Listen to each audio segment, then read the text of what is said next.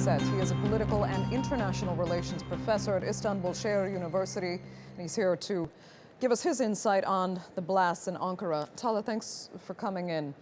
As I was just touching on with Asha, this really is different because it is in Ankara. Yeah. The government capital, the center of the security apparatus, as we mentioned, and we're looking at dozens killed and injured. What does that say to you?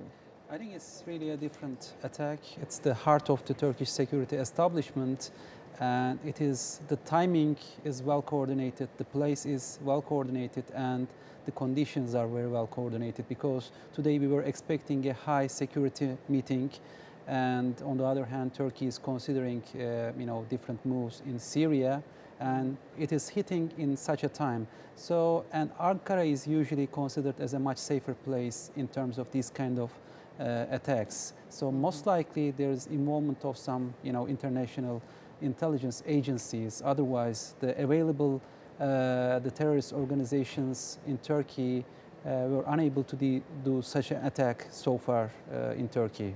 A twofold question for you then. What can Turkey do, and what do you expect the government to do in response to this? I think the government should they shouldn't change their regular way of thinking. So the main target and the aim of the terror attacks is to move you to a different direction you're planning. So this move, I think, is also trying to push Turkey thinking more psychologically and more in a responsive way. So in their regular planning of the security issues and dealing with the terrorism, they should think just in a regular way, but they should try. So most likely this attack has been done by some proxy organizations, and trying to find out who are behind these attacks and what are these conditions. And the other thing they should do is to increase cooperation with other international organizations and international governments, and also this also try to create some kind of fear in Turkish people. So they should try to keep Turkish people calm, and it can also escalate the conflicts between the people. So we know in the last couple of weeks some coffee houses have been attacked, tried to instigate the social polarization. I think this is one of the last attacks that further tried to increase the polarization and escalation of the conflicts within the Turkish society. I'm going to go back to what you said. Proxy organizations, you suspect. What do you mean exactly by that? Most likely a small terrorist organization that is provided some information and equipment with another government, or we know that in the past Syrian Muhaberat have been working with the terrorist organization in Turkey. We know that some of the leaders of the HKPC have been caught while they were trying to pass into Turkey. There were smaller left-wing organizations. This may be also connected to a small group within the PKK. But most likely, this kind of event, this kind of attack cannot be done with a large organization without the help of larger security bodies. When you mention the HKPC, have they ever carried out an attack on this scale, though? Not in this scale, but they attacked the American, embassy.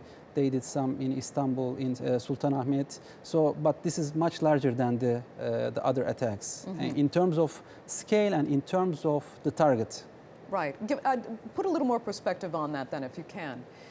We had an analyst say earlier, and we'll speak to him again later, that this does bear some of the hallmarks of the PKK.